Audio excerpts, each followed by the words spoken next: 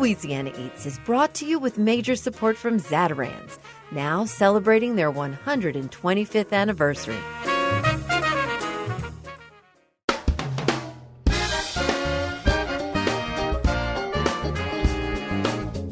From WWNO New Orleans, this is Louisiana Eats. I'm Poppy Tooker.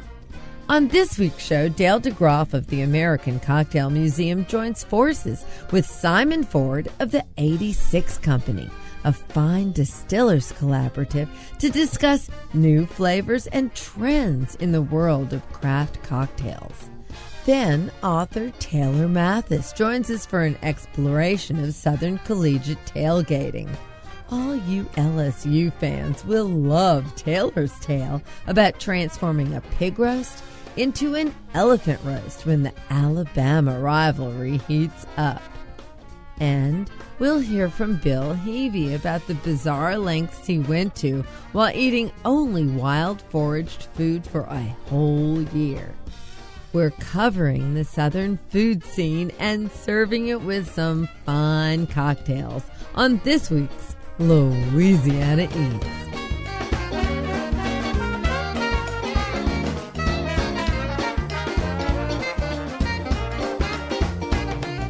New Orleans has been home to the Museum of the American Cocktail since 2004, giving museum founder, master mixologist Dale Degroff ample reason to frequent the Crescent City. The spirited French Quarter restaurant, Sobu, often partners with the museum, hosting cocktail seminars that are as informative as they are fun. Recently, we sat down at Sobu with Dale and Simon Ford, co-founder of Company 86, a collaboration with distillers of fine spirits to discuss the latest trends and flavors in the world of cocktails. So, hi guys, thanks for joining us. Hi, Bobby. Hi. You make us sound so important. We're a couple of bartenders. But we imported you bartenders. Not that, Louisiana doesn't have a plethora of them already. We imported you all specially. You think you invented them? Simon, let's begin by discussing distilling.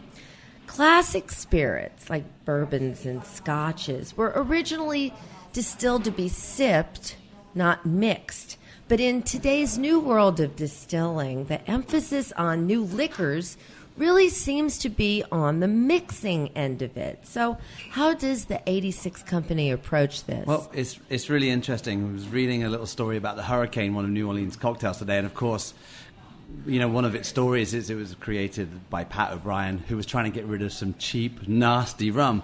And once upon a time, there was a perception that you just put really bad liquids into cocktails, but actually if you go back in time, it was always the best spirits that went in cocktails. And now that there's a cocktail renaissance and it's back in vogue to make great drinks, working with great spirits is really, really important. And how they mix is ultimately what gives a good cocktail. As someone said to us, right, your cocktail is only as good as your worst ingredient. So you should be putting good spirits in it, fresh juices, and all of those different things. So what we did at the 86 is we really looked at what the classic drinks were, whether it was a daiquiri, whether it was just a great vodka martini, gin martini, and we started testing the batches of gin that we were making in martinis and figuring out how to change the batches to make a better martini and a better gin and tonic.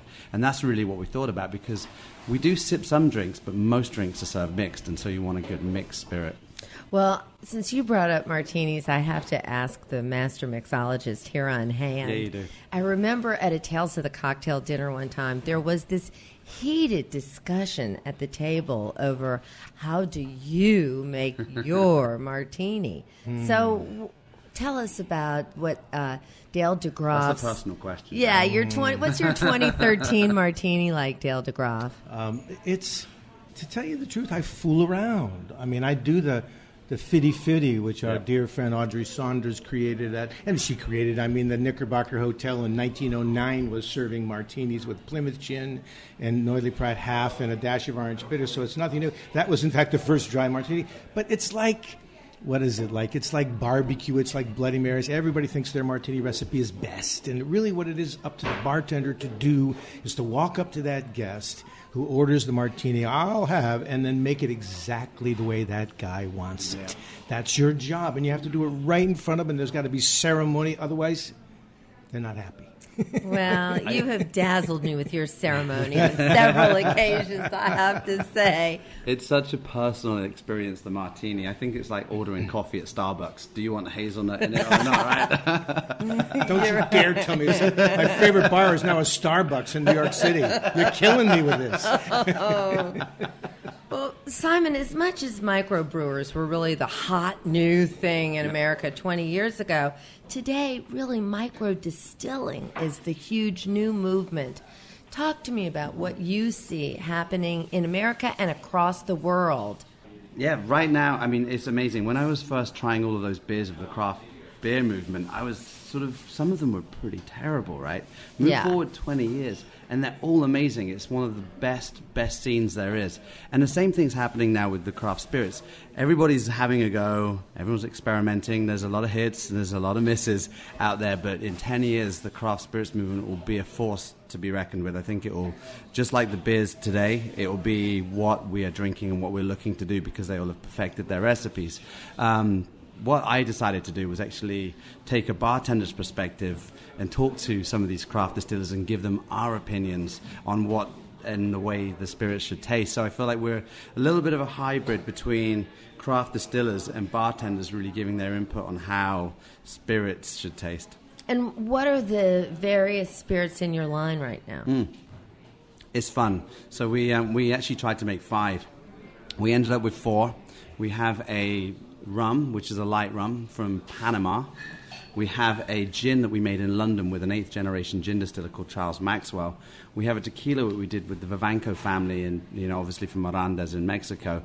And then we ended up making a vodka almost by accident. We were actually originally making a rye whiskey with these guys up in Canada. Yeah. We came back with a very average whiskey. It wasn't as good as we would have liked, which is why we didn't put it out. But the vodka was surprisingly good. And even though the world doesn't need another vodka, we just couldn't resist putting out this vodka because we thought it tasted good and fit the profile of being full, viscous, holding flavor in cocktails. And so we ended up giving it a silly name, though. It's called Aylesbury Duck Vodka. So at least our vodka comes with some humor. But vodka with rye is fairly, that's not, I thought of all the things I've heard they make. No, actually, we didn't make it with rye. We made it with wheat. Oh, yeah. Okay. Yeah, so obviously up in Canada, there's 97% of their crops were rye, and 3% were wheat, and they weren't using them. And they're like, do you want to use them? And we're like, okay. Where's the distilling going on? Now the distilling, that's the interesting question, because we distill the vodka up in the Alberta distilleries in Canada. We make our rum in Panama with a guy called Don Pancho Fernandez. He was the original minister of Cuban rum for 35 years, and he went and built a distillery down in Panama, making rums with the local sugarcane down there. So that's great. Obviously, the tequila has to come from Mexico by law. And gin, we went to London for the gin because the best botanicals in the world go there. But what we do is we ship everything in bulk to California. And there's a place in Charbet where we add the water. It's a logistical nightmare, but we're working with some of the best distillers from around the world and bringing it all into the United States for the cocktail bartending community. That is really cool. Now, Dale, have you found that distilling in the United States is an extra challenge for a company? It had been. The small distiller was facing some serious uphill issues when it came to taxing, et cetera, et cetera. But state by state, they started lightening up on some of these artisan guys to encourage them. 10 years ago, 12 years ago, there may have been 13 or 14 licenses for small artisan distillers. There's over 300 now, at least, wow. And growing every year by about 10. And they're making so many more things than they ever made before. And so from the artisan distiller's point of view, it's never been a rosier picture than it is right now. A lot of farm to table, farm to glass, farm to bottle. Yeah. You know what I'm saying? A lot of people actually have the farm, and then there are wine guys on the North Shore of Long Island making really good wines, and also grappa. So, Dale, when it comes to the mixing, I know that one ingredient that has been in your secret arsenal is always bitters and the use of bitters. And now you've been inspired to actually create your own bitters. Mm-hmm. So tell me about the pimento bitters. Well, when the Spanish explorers came to South America 300 plus years ago, they saw the Indians putting these black berries into their food and beverage, and they thought they were peppercorns, so they called them pimento. And it took another 100 years before a an English botanist took some of them back home and realized that it was in fact not pepper, but it was a single spice that would exhibit the aromas of not only ginger, but also nutmeg and clove and cinnamon, and he called it allspice. I decided to go with the Spanish because the liquor that you find in the Caribbean, specifically one that inspired me to do this bitters, which was called Ray and Nephew Pimento Dram Liqueur, was made, in fact, from these berries and was very intense and very, very, very concentrated. I used to use it in dashes, and then they pulled it off the market because it turns out at the Rainbow Room, I was one of 2 people in the United States buying this liqueur, and I only bought like 2 bottles a month because I used it as a bitters almost. So it was gone, and I was missing that ingredient. And for a long time, I just took it out of my recipes. And then I was sitting around, and I thought, well, why not just get some 100 proof vodka and throw some pimento berries in there and a few other things and see where I can go with this? And I played around with it for about a year, and I got it where I liked it. And I sent it off to a friend of ours, Ted Bro. Of course. And, Ted knows all about botanicals. I said, Ted, can you make this stuff for me? And Ted said, hell yeah, I can make it for you. Now we have a bitters that is made 90% pimento berries and then a bitter orange peel. No longer star anise, which I found out 90% of the star anise in the world goes to flu vaccination. Hello. Wow. Who knew? And so he said, that's not the best for spirits and beverage anyway. I would say go with green anise, which we did. And then one other ingredient, which Ted will kill me if I tell anybody about, and a little bit of demerara sugar, because even though it's bitter, bitter, bitter, you don't want it so bitter that it's so off-putting that people can't even think about putting it on their tongue. So generally, explain to me why you think the bitters category has exploded so. It was what defined the cocktail. And as the craft cocktail movement accelerated and young people around the country realized it was okay to be a bartender again and started exploring all the possibilities and seeing what the original 19th century had done with bitters when there were so many bitters brands and so many interesting ones. They started looking at those old recipes, recreating them in their kitchens, in their bars.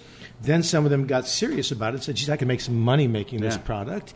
And suddenly, now I have a picture at home of 35 or 40 bitters bottles, and that's only the beginning. Wow. The interesting thing about bitters is cooks and chefs have their spice rack.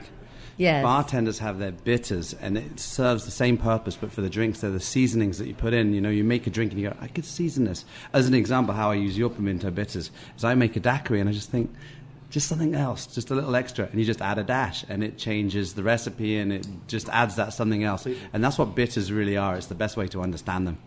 I got stuck one time. A customer, we had this idea that we would create drinks a la minute for customers at the Rainbow Room, and once we started it, we were stuck with it. And this guy came up and said, I want a new gin drink for the summertime. I'm tired of gin and tonic. Do something for me. And I was busy, and so I threw together a gin sour and let it set for a minute as I thought about it, because I thought, there's my base. So I just took the bitters and went boom, boom, boom, boom with 4 good dashes. It turned it copper-colored and totally changed the character of the drink. The guy took a sip of it, and he said, yeah, that's what I'm looking for. Well, it sounds like a delicious mix of the old and the new, which is exactly the way you gentlemen always strike me. There's always a big taste of history mixed right in there. And I'm the old guy and he's the new guy? Is that what you're trying to say here? No, Dale. I meant tradition. I meant tradition versus avant-garde. Is that better? Thank you, Papa. Oh, thank you. Well, thanks so much for taking this time to talk with us, and thrilled to meet you, Simon. I hope you'll come back like Dale does and be our guest again. Absolutely. This was great fun. Dale Degroff, Museum of the American Cocktail founder, and Simon Ford of the Fine Distillers Collaborative, the 86 Company. I'm Poppy Tooker, and you're listening to Louisiana Eats.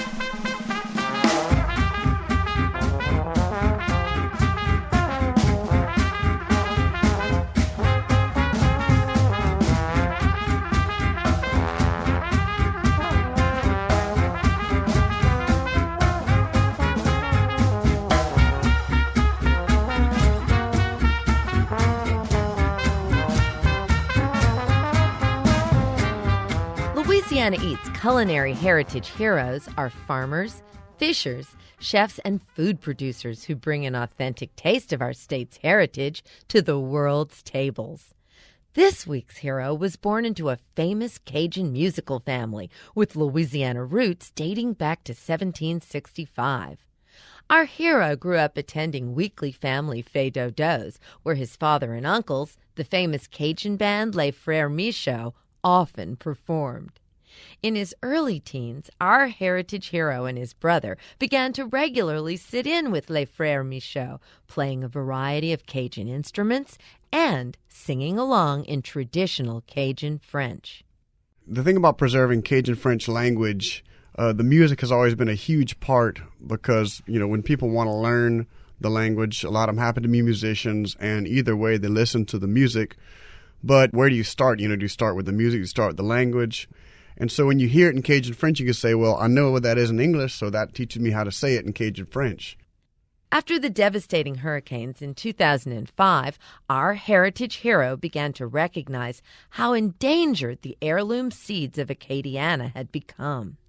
He began gathering seeds suited for Louisiana's steamy hot climate, like the longhorn okra, fathorn okra, and Zydeco Bear Violette, an exotically purple-striped green bean.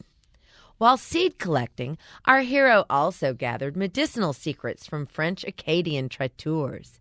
He learned that brilliant red mamou seeds could be steeped into a cough syrup that's said to be more effective than traditional drugstore brands. Our heritage hero began his own nonprofit organization, the Cultural Research Institute of Acadiana, whose acronym is CRIE, which means to cry out in Cajun French. Our main mission is to collect and preserve all the heirloom seeds that have been in South Louisiana families for, in some cases, hundreds of years, whether it be through the Native Americans or the Africans or the French or the Germans or whatever seeds they brought with them into the New World.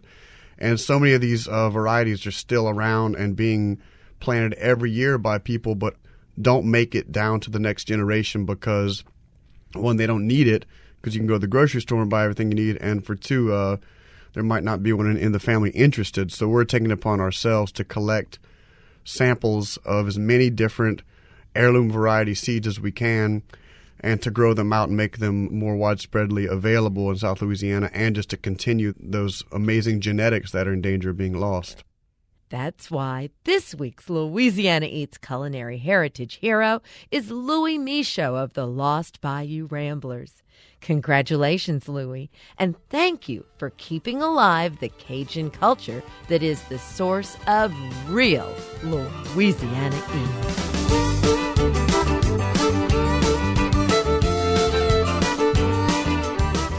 We'll be back from a short break and tailgate Southern style with author Taylor Mathis. Stay tuned.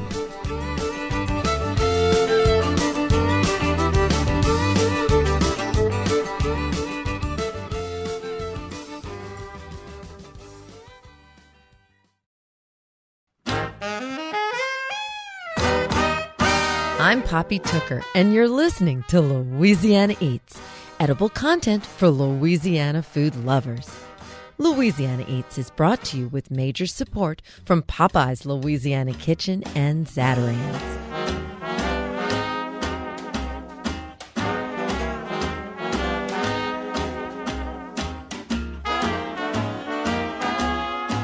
When it comes to tailgating, there is no doubt that Southern football fans have transformed that fun into a fine art. One of those fans is North Carolina-based Taylor Mathis, author of the Southern Tailgating Cookbook, a game day guide for lovers of food, football, and the South. Taylor, welcome to Louisiana Eats. Well, thanks for having me, Poppy. Tell me how tailgating became your passion. Well, the project all started back in 2010. I'm a food photographer for a living, and I started out doing a tour where I was going to college towns and just seeing what the food's like there. And just a little background on me, I grew up in Charlotte, but I actually went to the University of Wisconsin for college. I was a swimmer up there. So my tailgating days were in the Midwest. And I got to talking to my friend who went to Texas, and he was telling me what his traditions were like and what his game day was like. And it was very different than my experience in Madison. So in the fall of 2010, I decided, I'm going to go out and see what tailgating is like. I went to 14 different games, some out in Washington, some in the Midwest, and then the rest in the South. And from that, I decided to pursue it even further and went to another 15 games in 2011, all focused in the South, and then another 6 in 2012. And so somewhere along the line, you decided to write a food blog called TaylorTakesATaste.com. So what can people find on TaylorTakesATaste.com? So Taylor Takes a Taste started in January of 2010 as a way to improve my food photography and just kind of get out there and see what food was like in different parts of the country. So I did a lot of traveling in the beginning of it, but it's now evolved into a food blog where I take the pictures, and then my mom, who's a professional recipe developer, does the recipes with me. And most of it is tailgating or entertaining type food. Well, your mom, Sally Jones, sounds like a secret weapon in the equation of this book. What part did she play? She's amazing. It was great working with her on the food. When I was doing these tours, I would see games at noon, at 3, at 7, tailgating in September, then at November. So I got a really good idea of, how food changes throughout the season, and then if you're tailgating for 12 hours, how can your dishes serve multiple uses throughout? So from my findings on these tours, I was able to talk with Sally, and we kind of decided what food would we like to have at a tailgate or any other type of entertaining event. Well, that is a pretty big range in times of day. So what differences did you find between a noon tailgate versus a 3 p.m. or 7 p.m. game time? Well, a lot of it is how many meals you want to make, and that's determined by how many hours you're out there. And, for instance, when I was at LSU for a game, the game was at 2:30 because CBS decided to move it up. So I got there at 6 a.m. thinking, okay, I'm going to be at the beginning as people are coming in. But LSU fans got there at 4:15. So when I got there at 6, they were on their second breakfast. Well, that's for the hardcore. So they were on their second breakfast. And which count on the beer do you think they were at? Not quite sure on that one, but it was a couple probably. But how many meals you're going to have at your game is going to determine, how early to get there, what to pack. But generally for like a noon game, most tailgaters will do one large meal. Because if they get there at 7:30 or 8, about 4 hours before kickoff. But if you're getting there, 2:30 or 3 o'clock game, you may do a meal right when you get there and then do another meal right before kickoff, or do some heavy appetizers and then another meal. But if you're there, for 12 hours, you'll probably end up cooking 3 meals. In your research and in all your traveling, what were the standout regional differences that you discovered amongst these tailgaters? One of the coolest things was how tailgaters, they really choose to eat locally, especially where they're sourcing their proteins. For instance, when I was in Baton Rouge for that game, the crab boil, I saw the guy, he got his crabs from the Gulf and Lake Pontchartrain. And then when I was in Raleigh for a game, this fan, for his crab boil, he got his crabs from the North Carolina coast. So same recipe, but just where they source their proteins are different. Very interesting. And what were the seasonal elements that you discovered as, you went from basically late summer, start of football season, into the chilly December time? That when you're out there in September, as you said, it's late summer. It can be 95 or even 100 degrees still. So you'd want those refreshing, cool beverages, and you want the entrees that are kind of lighter so you don't feel weighed down with them. But on the other hand, if it's November and it's 30 degrees when you get out there in the morning, you're going to want your heavy chilies and stews. So really, that temperature is going to kind of gauge what you put on your menu. Well, as you travel around, your book includes so much more than just recipes, even though there are actually 110 recipes in the book. And needless to say, the photography, it's not just food photographs. You've got band photographs. You've got marching band photographs. And could you give me some examples of what people might see? That was probably my favorite part of the whole project, was just going to different campuses and just immersing myself into what is it like being on that campus for game day. Because every school is going to have traditions that are unique to them. And within the book, there are these 15 sidebars that take a topic, for instance, like pregame walks, where the players walk to the stadium that almost every school has, but it talks about how each school does it a little differently. For instance, at LSU, they've got Mike the Tiger leading the way. They're live tiger that's right across from the stadium. That's the only place that has a live tiger leading their players to the field. Then just every campus, their school colors. You'll see everyone decked out in red and blue or blue and orange or purple and gold. So that was just cool to see, just everywhere I went, how you have 100,000 people all wearing one of two colors. Another picture that really caught my attention, there's a photograph in your book of how the LSU fans transformed a pig like they were doing a traditional boucherie, but somehow they turned it into an elephant the day they were competing with Alabama. That's correct. It was one of the coolest things I've seen, and it's in the sidebar about eating your competition, and that's the epitome of eating your competition, because you can't really cook an elephant in a tailgate, but turning a pig into it, that was it. But they were actually cooking two pigs, so they took some of the skin from the other pig and formed it into the giant ears and the giant trunk. I even saw some Alabama fans, getting the picture taken with it, because they admitted that was pretty cool. Now, you're going to have to be very careful about how you answer this particular tricky question, because you have to consider the audience, Taylor. But how do the LSU Tiger fans fit into your overall view of the Southern tailgating scene? Well, I'll put it this way. It's the only place I went to that I ate 7 different animals in one day. Yeah, what can you name them? Yes, I had chicken, beef, pork, shrimp, crab, alligator, and frog. Oh my gosh! Yep, that's how it is down here in the swamps. If you had to rank the Tiger fans with a BCS ranking, how'd you rank them? Well, if you're a fan of Cajun food, it's a place you need to go. And I get the question all the time of, what's the best tailgate? I can't just say one, because everyone is great for different reasons. But eating and spending a game day at LSU is definitely in my top 5, along with taking a boat to a game in Tennessee, or going to a horse race and a tailgate in Lexington, or the Texas-Oklahoma game with the State Fair, or going to a giant tent city like the Quad in Alabama or the Grove at Ole Miss. Yeah, and things get pretty elegant at Ole Miss, don't they? They do. You have the chandeliers hanging down, and you'll have people serving in giant silver dishes. Yes, they sure are formal up there in Oxford.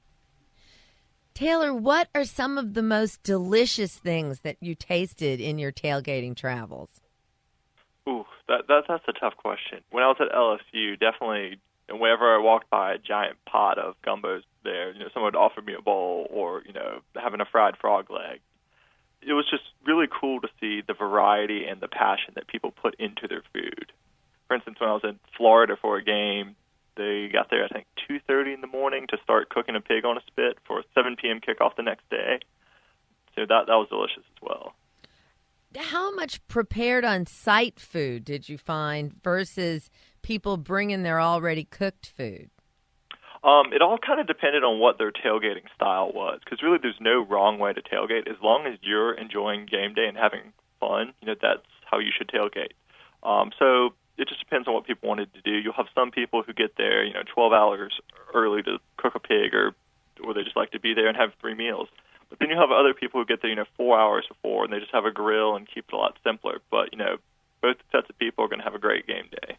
Well, I just want to thank you so much for taking the time from your tailgating fall fun to talk with us about your new book. Thank you, Taylor. Well, thank you very much for having me, Poppy. Taylor Mathis, author of the Southern Tailgating Cookbook.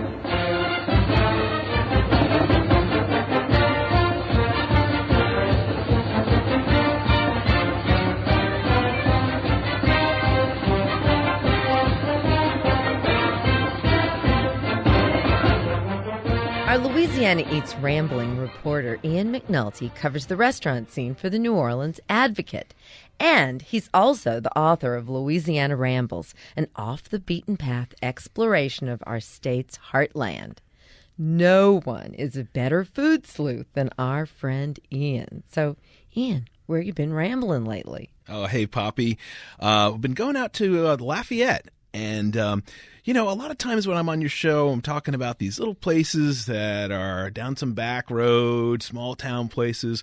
And usually talk about these places that are real traditional Louisiana. Fried seafood, boiled seafood, gumbo. Love those places. Love them, love them, love them. Gator heads on the wall. Exactly. Yeah. You're taxidermied birds. Precisely. Yeah. And I mean, that is the heart of traditional Cajun cooking in the restaurant scene. I love it. But I want to bring in a few more places that are a little more contemporary, but still let you know that you're right here in Louisiana. And one of those places I want to talk about today is called Bon Ton Grill. The name it sounds like it could be anywhere in Louisiana, right? Yeah. And this one is right outside of downtown Lafayette, where the city starts to spread out a bit and get a little more suburban. But almost to the rural point, Yeah. Some warehouses around and stuff like that. But you get inside and you find this kind of cool look. There's all this like repurposed wood, kind of gives it that neat but still funky feel, pressed tin ceiling, mix of tables and these big red plush booths, bar in the corner, TV showing the game. Family friendly, but not one of these like big dining hall type of restaurants either. And then we get into the menu, and they call it sort of edge of the swamp food comes to the city. That's the way they describe it. Interesting. And it's pretty accurate. I mean, you're going to find things here like frog legs with garlic butter, but also tuna tartare, like raw tuna chopped up with avocado in a moat of ponzu sauce with wonton chips, something you'd find at a sushi bar, right? That's quite a departure. Yes. Blackened chicken, of course, that's a standard Cajun dish. But here, wrapped up in bib lettuce, that crisp, really green, crunchy lettuce with like a Thai-style peanut sauce on that. You can get this combo plate with duck wings and alligator with like a jicama slaw, that crunchy. Exactly. Yeah, wet, refreshing, with mango sauce on that. Meat boards, these meat plates. We see these everywhere now, right, at contemporary restaurants. Yeah, charcuterie has become almost de rigueur. For sure. Well, they've been doing it for a long time in Cajun country, and here is a meat board that kind of like combines like the contemporary, like, oh, we love charcuterie with like, hey, this is what we've always done. So there's boudin and all these various sausages, but now you can dip them in a little aioli with some pickled onions on the side, stuff like that. Lots of fish, trout, redfish, mahi-mahi. Last time I was there, you can get those grilled over mesquite. And they have some interesting sauces for them. I like the one that's a Satsuma Creole Meunière. Kind of a good citrusy, buttery kind of thing there. And then this dish, gator stuffed with boudin and cheese, and then they grill it. Real interesting. That is bizarre. I know, How do they even do that? Is it a hollowed out gator tail? They take what they say is gator leg, and they stuff it with boudin and cheese, and then grill the sucker up. Now, you can still get gumbo here and steaks and your seafood pasta. And then this dish, which is very traditional, but I love it. It's their crawfish pot pie. And basically, it's crawfish etouffee meets a pot pie. A big bowl filled with rice, plump tails of the crawfish, this creamy, mellow, buttery sort of roux sauce combination, all capped over with this flaky crust that it clearly handmade. It's a regular and buttery and delicious. And, you just break into that with your spoon and start slurping. So this is a pretty busy place, especially it's open for lunch and dinner, but at night it gets pretty busy, and on the weekends too. Normal to find a little wait here. There's no reservations, but you can just put your name in. And, when the games are on, you're going to see lots of Ragin' Cajun fans in there watching TV, eating some really interesting food and having a great time at the Bon Ton Grill. Thanks, Ian. See you soon. Great, Poppy. Thanks a lot. Louisiana Eats rambling reporter Ian McNulty. After the next short break, we'll talk with Bill Heavey about the year he spent eating only wild foraged food. At one point, Bill found himself knee-deep in the Louisiana swamps in search of a bayou delicacy. You don't want to miss this one. I'm on my way to New Orleans this morning.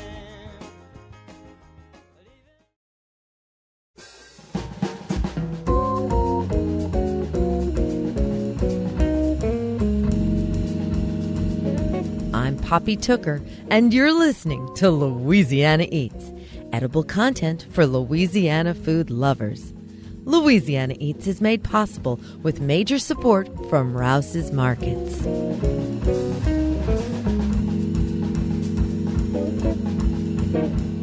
No matter what the temperature is, when fall arrives here in the state known as Sportsman's Paradise, hunters everywhere get out the camouflage, prepare the duck blinds, and get ready for the hunt. No one was ever more excited to sound the duck call than Louisiana-born, Sulphur resident, my friend Billy Cox. And in Billy's neck of the woods, there was no dish more prized by friends and family alike than Billy's wild duck gumbo. That gumbo traveled everywhere with him. He brought it along on winter skiing vacations and was even known to pull out his last reserves for summer beach meals in Florida. I know now he's hunting in the true sportsman's paradise, but for those of us he left behind, we'll remember Billy by enjoying his famous duck gumbo. Here's how he made it. First, in a stock pot, he'd combine chopped onions, celery, and bell pepper, along with a fistful of bay leaves and as many cleaned teal and mallard ducks that he'd been lucky enough to have bagged.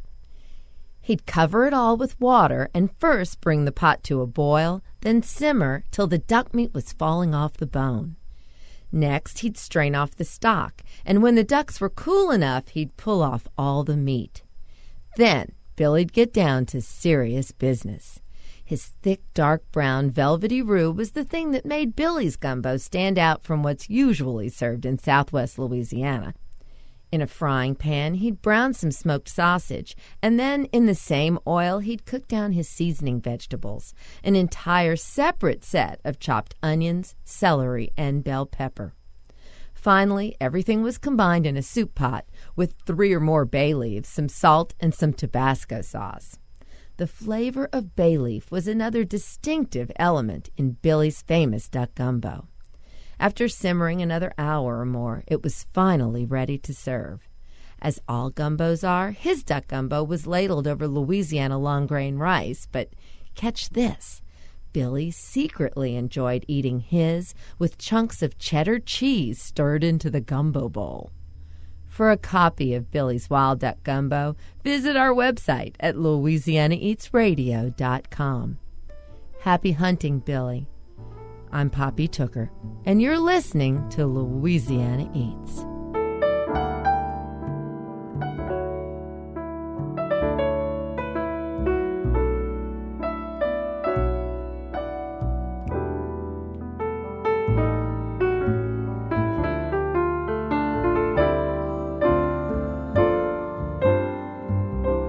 Bill Heavey is at home in the great outdoors, where hunting and fishing have been his lifelong passion. He's the editor-at-large of Field and Stream magazine and widely regarded as the magazine's most popular voice. Several years ago, Bill wandered off the grid from his typical hunting and gathering in a personal challenge to see how far he and his appetite could go, starting near his home in the Virginia suburbs of D.C. and reaching far beyond. His adventurous experiment resulted in a book. It's only slow food until you try to eat it. I asked Bill Heavey what he'd discovered in the process. It was really hard. I found out pretty quickly that while I could probably survive on what I got, it would be incredibly dull to eat and to write about and to read about. Oh. So the book sort of changed as I got into it. And as I pursued foraging and gardening skills, I also decided to branch out and hang out with people for whom getting their own food was part of their everyday life. Now, you are a self-described suburban hunter-gatherer. So give us a little, for instance, about how you would create a salad from lawn weeds. This was a project I decided to do after I met another forager who I'm now engaged to. Oh, congratulations.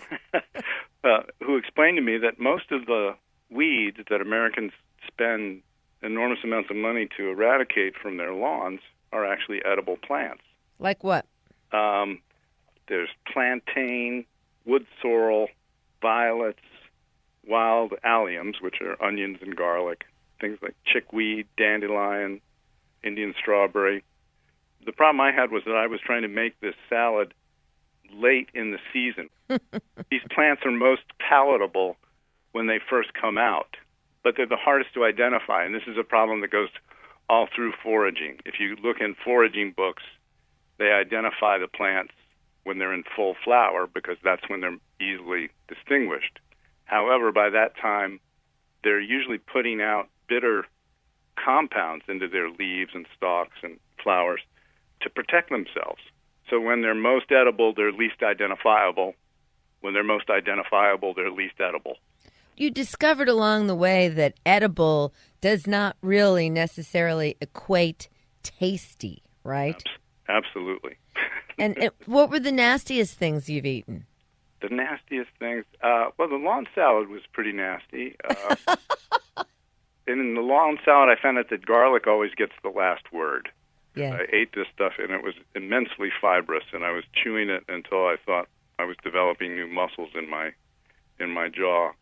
But I could taste garlic for several days after that. But I tried to make flour from acorns. It's pretty hard to leach the bitter taste out of acorns. It can be done, but it's an enormous amount of work. Do you think that perhaps an unpleasant taste correlates to something that maybe is possibly poisonous? Oh, sure. In fact, for instance, there are two plants that look very much like each other. One is milkweed, which is very edible and pretty tasty, and the other is dogbane, which is poisonous. And there are many ways to identify the two, but the best way is to just take a tiny bite of the leaf, and that you know immediately, because if you've got dogbane, it's bitter, and you know not to eat it. Well, during this experiment, did you ever poison yourself? No, I didn't. I was pretty careful. It's funny, the first chapters of almost any foraging book gives you a list of plants that are poisonous.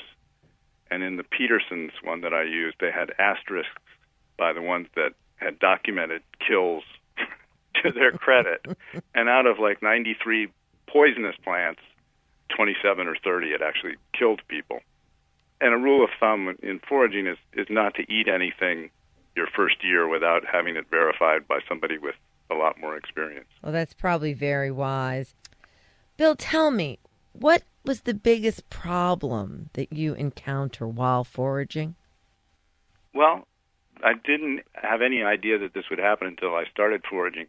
But foraging is a very suspicious activity to other people. There's just something about it that really makes people look at you with suspicion.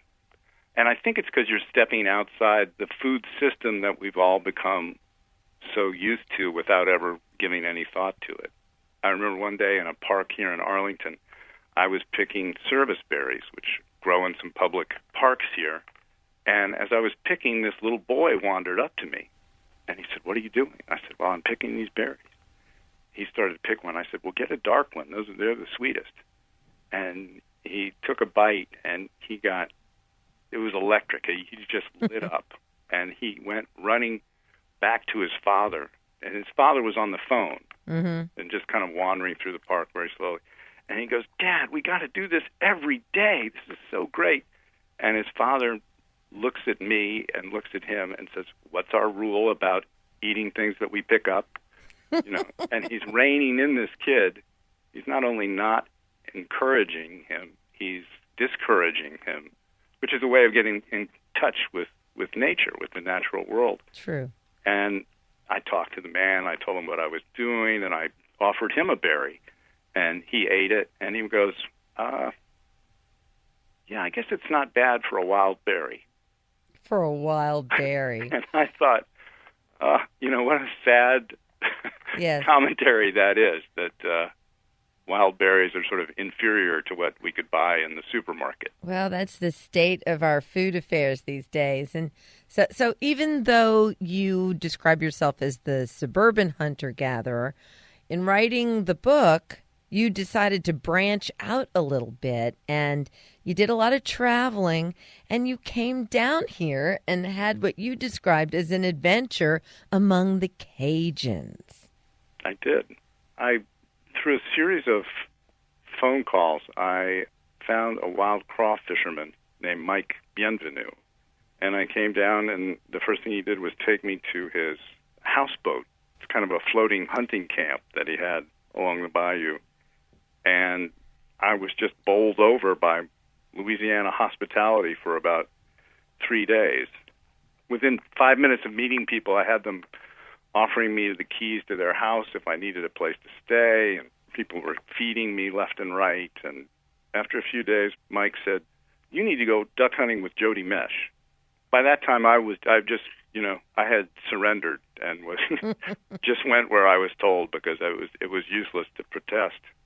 And Jody Mesh took me duck hunting from his hunting camp up the Whiskey River Pilot Channel. We took off one morning in the dark and went on four-wheelers and then got in a canoe and then rode until I thought he was about to crash the canoe into a huge cypress stump when he told me to duck my head, and I did, and the canoe slid under the cypress stump, and there was a hole in the bottom of it, and we climbed up into it. We were inside the tree, and that was his duck blind. Well, I'm a bit of an outdoors woman myself, and so I have a fair amount of swamp adventures. I've been on some alligator hunts. I've done some things like that. But I have to admit, I have never gone frogging. You had a great frogging adventure in Louisiana. I did. I got my introduction to frogging in the drive-through line at a McDonald's. we had to feed Jody's son before we went frogging because his mother wasn't home and we were going to be out late.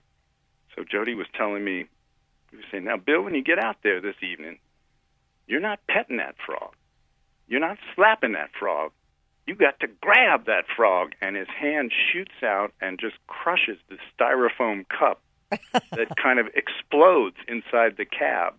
There's this loud noise. I never would have believed a styrofoam cup could be so loud, and little bits of styrofoam floating down like I'm in a snow globe. The frogs in the Louisiana swamps are pretty wily critters in some ways because they can fool you, right? That is true. I grabbed one, and the thing went absolutely limp in my hand, and it was just the most unsettling feeling. And I said, "Oh, Jody, there's something wrong with this frog. It's sick." And just then, the frog jumped out of my hands and was on the floor of the boat trying to jump out, and I fell on the thing with both hands and pinned it. Jody just laughed, and he said, "Bill, that's one of Mr. Frog's best tricks. You know, he'll play dead till you loosen your grasp, and then he'll jump on you." Oh, boy. Lots of great stories from your wild eating adventures. Thank you so much for taking the time to talk with us on Louisiana Eats. Thank you. Bill Heavey in his new book, It's Only Slow Food Until You Try to Eat It.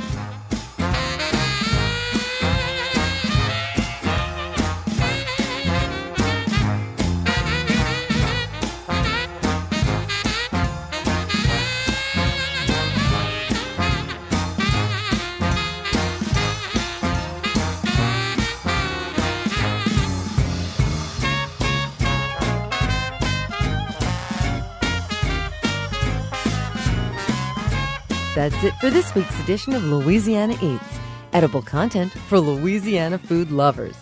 Subscribe to our podcast, hear today's show, or catch up on previous editions anytime online at itsneworleans.com. Louisiana Eats is made possible with major support from Popeye's Louisiana Kitchen, Rouse's Markets, and Zatarain's. Additional support provided by Dickie Brennan and Company and Linda Green, the Yakima Ladies Soul Food Catering. Our media sponsor is Louisiana Life Magazine, the magazine of a great state. Original theme music by Johnny Sketch and the Dirty Notes. Thanks to executive producer Thomas Walsh and sound engineer Joe Schreiner. I'm Poppy Tooker. We'll see you next time. Louisiana Eats is a production of WWNO and the University of New Orleans.